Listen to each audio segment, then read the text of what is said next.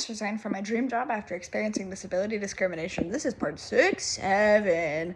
Wouldn't be a proper middle school video if I didn't make that joke at least once. I had to. I'm sorry. Not sorry.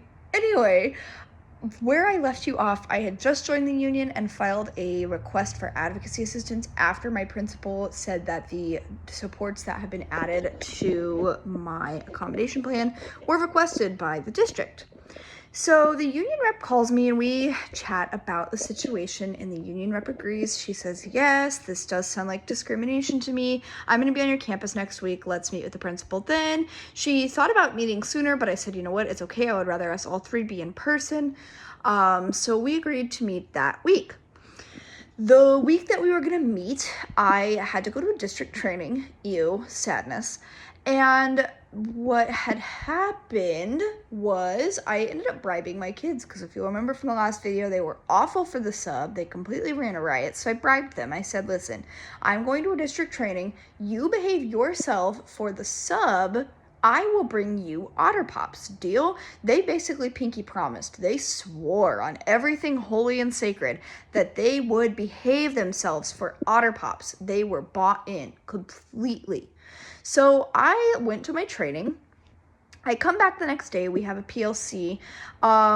This is sort of relevant, but not really.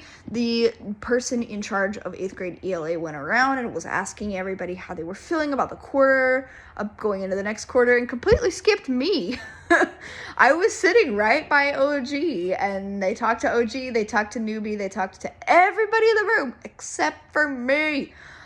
Which is fine. I mean, I don't know what I would have said other than, like, I hate this place. So I'm glad they skipped me, but also, like, it felt like a sign of things to come for sure. So that PLC, our principal came in, and he came in for the last, like, 10 minutes of it, and then he wanted to follow me back to my classroom, and I was like, okay, this is not good. This is terrible. What's happening? So when we get to my classroom, he tells me two things. He tells me that apparently there were behaviors in my classroom, that some kid had taken their shirt off, that kids were on their phones. I was like, dear God, I don't remember that happening. That didn't happen with me in the room, but I'm going to investigate. Because he didn't know that I had bribed my kids with Otter Pops. He may have known, but I don't know how much he thought about the fact that kids will snitch on one another if sugar is involved. So I was like, I will get to the bottom of this. It will happen, and it will happen very quickly. The other thing he said to me was the flex sub that had been in my advisory had not come back. And I was like, I know. And he's like, what happened to her? And I said, I don't know. And I told him the gist of the conversation that we had, me and the flex sub, about how I needed to be the one that ran the classroom, how it was sort of my rules, my classroom, I was the final chain of command, etc. And he's like, okay, well, she's supposed to be in here because she's this other adult. I was like, okay. I don't really remember much of what else happened in that meeting, other than I remember actually saying the word discrimination to him, and I was getting kind of upset, and told him, nope, we're not going to talk about this anymore. We're going to wait till tomorrow when the union rep comes. So tomorrow comes, the union rep comes, and I am smart, okay? I come with receipts. I printed out the accommodation letter that I had signed, that the district accommodation coordinator had signed. Like, I bring the evidence, and we sit there in that meeting and we go through it point by point. And we point out several times that those supports, extra preps, having someone else in my classroom, being switched to co-taught, those supports were not on the original accommodation list. I did not agree to those accommodations. And I said point blank, I said, if this had been put in writing, things would have gone very different. I don't know that I would have signed my contract. Because I think contracts came out after I signed the accommodations. So I told the principal exactly how I felt, and he told me exactly how he felt, which was his usual rhetoric of, I don't disagree. I think there should be someone in there with you at all times. I think it should be someone permanent. I think we should train them on how to work with you. He basically was saying he had nothing to do with it, and it all came down from district, and he was just as blindsided by it as we were. So the gist of that meeting was that we were going to escalate to HR. The union rep also said that she was going to ask the people in the union, who literally all they do all day is education law, for their advice, their input, and get back to me on if we needed to file a complaint with the Equal Opportunity Commission.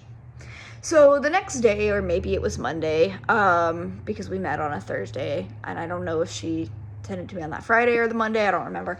The next day, the union rep sends me an email that says basically that the union does not agree that what I'm experiencing is discrimination, that the district has the final right to determine what my job duties are, and that because I'm a special ed teacher, they really can just put me anywhere as long as it's within special ed. They don't have to stick with what I was originally hired to do, which I think is a load of BS, because I had done a little bit of prior research. She did not know that, but I had done a little bit of prior research about the ADA and was told that the accommodation process had to be interactive, that a request for additional accommodations could only be made on the part of the employer if there was a valid reason, if there was some type of evaluation review or something, and none of that was true. I had not been evaluated.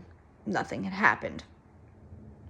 So, she said that the union rep did not determine that I was experiencing discrimination. We were not going to file a complaint with the Equal Opportunity Commission, but we could file a grievance with HR. And I was like, yes, let's do that.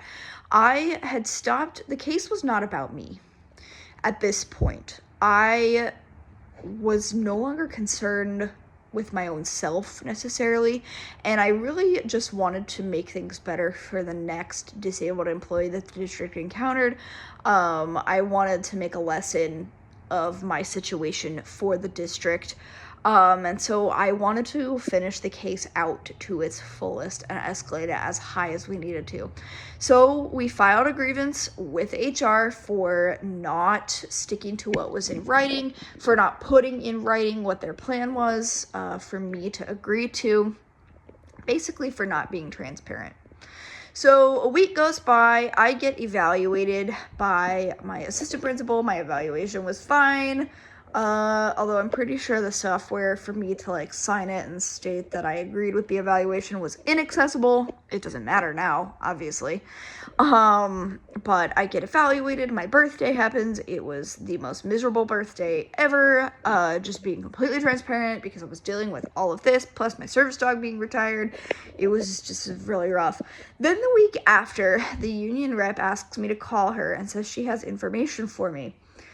She had been in talks with someone at the district as the grievance was being filed, and the person at district said that as long as there was no legal reason for those supports being put in place, they were willing to backpedal. They were willing to go back, and they didn't need an extra adult in my classroom, and at the semester they would try to fill one of those preps, just as long as nothing came down from legal. And it immediately read to me like district trying to cover their butt. Like district knew they had messed up, and they were trying to say whatever they could to keep me employed. And that was my two options at that point. I could either let the district backpedal, I could accept their resolution, or I could resign. And I already knew that I was going to resign. I was really tired of having anxiety attacks every day. I was really tired of struggling to get out of bed. All of that was really difficult for me. And so I knew that I was going to resign, because I knew that that would also be the thing that made the biggest impact on the district. But I asked the union rep for time to sleep on it and think about it and really make that decision. And then it was the day before fall break. I told her at about 8:30 that Friday morning that I was going to resign. And she helped me draft a letter to the district asking to be allowed to resign without penalty. And the district's response was, yeah, we were trying to fix the issues, but yes. you can resign without penalty.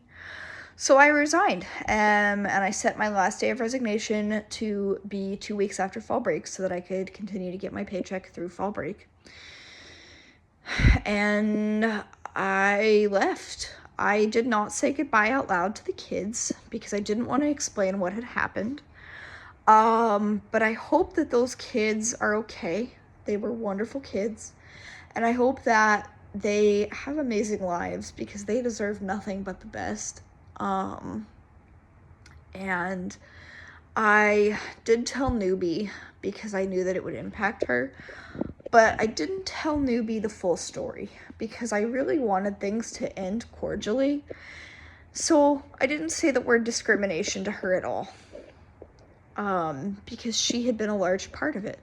You know, I had to go into a classroom every day where I knew that just for my lack of optic nerves, I was not wanted. And so I didn't tell her about that. And part of me wishes that I would have. But, you know, I think it was for the best that I didn't tell her that. So, you know, fast forward several months and here I am. The job hunt has been very difficult. It's really hard to get a job while blind. I think I mentioned at the beginning of this series, it took me 6 interviews to even get hired at the school that I resigned from. And I have done about that. And I still don't have any leads. I'm based out of the United States. It's a really scary time to be unemployed in the United States. I question every day if I did the right thing, because at least if I had stayed there, I would have had a job. I know in my heart that I did. I know that I was not doing my job very well because of the discrimination that I was facing. But I question every day if I did the right thing. And I hope that my resignation was impactful for the district, and I hope that the next person can roll in with their wheelchair or walk in with their sign language interpreter or their guide dog or their white cane, and that they don't have to go through any of what I experienced with that district. I hope that the district knows now that they have to be transparent. They have to put everything in writing. The process has to be interactive from start to finish. I hope that the district will never do to another person what they did to me. And you know, if I can make that little bit of difference for another teacher, for another aide, for another whoever, then I'm glad to have done it. Because I will do what I can to make a difference and make a change for disabled people the world over, so that we don't have to experience institutional discrimination anymore, so that we can live lives equal and competitive and all the things with our non-disabled peers. So I experienced disability discrimination at my job, and I resigned. And, you know, it's a choice that unfortunately I have to live with. But if I can make that difference, if I can be the reason that someone else is able to work in a place that I couldn't, then it was worth it. And I'm glad that I could be a part of that change and a part of that path to doing better.